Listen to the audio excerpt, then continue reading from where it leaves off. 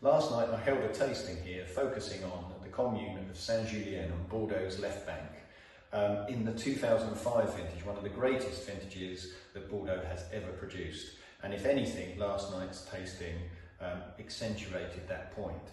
Why did we focus on 12 wines? Well, Saint-Julien comprises 11 classified growth, 5 second growths, 2 third growths, 4 fourth growths. And last night we tasted each of those in the same vintage, and I added in Chateau Gloria, which isn't classified, or wasn't classified in 1855. And Saint-Julien is a commune on the left bank of Bordeaux, just south of Pauillac, bordered to the south and the west by the Haut-Médoc. It's regarded as an incredibly consistent commune. The wines are Cabernet Sauvignon dominant, as you would expect, but as you enter Saint-Julien from the south, you first encounter Chateau Béchevel, Chateau Branet-Ducru. They have a higher proportion of Merlot. The gravel is that little bit thinner there, and also they have a higher proportion of clay in the soil.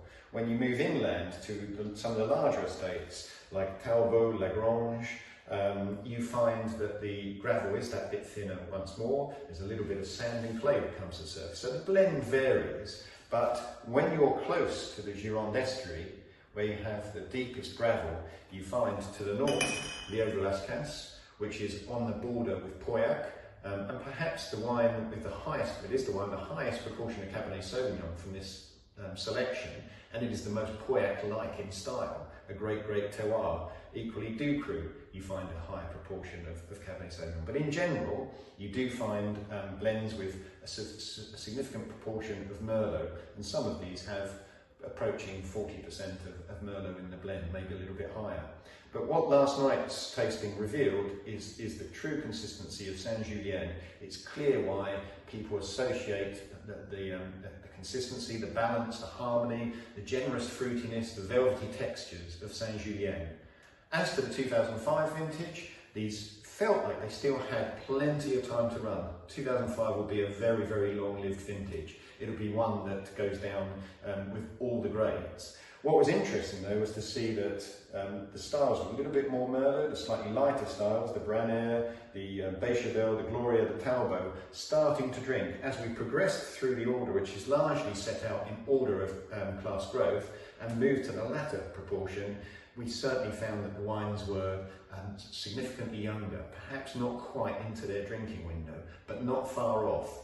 And when we look at the potential drink dates for this section of the tasting, you can project decades ahead.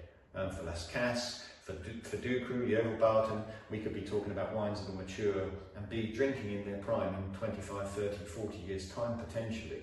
But here, there's some great value, some great opportunity amongst the styles that have just come on board that bit sooner.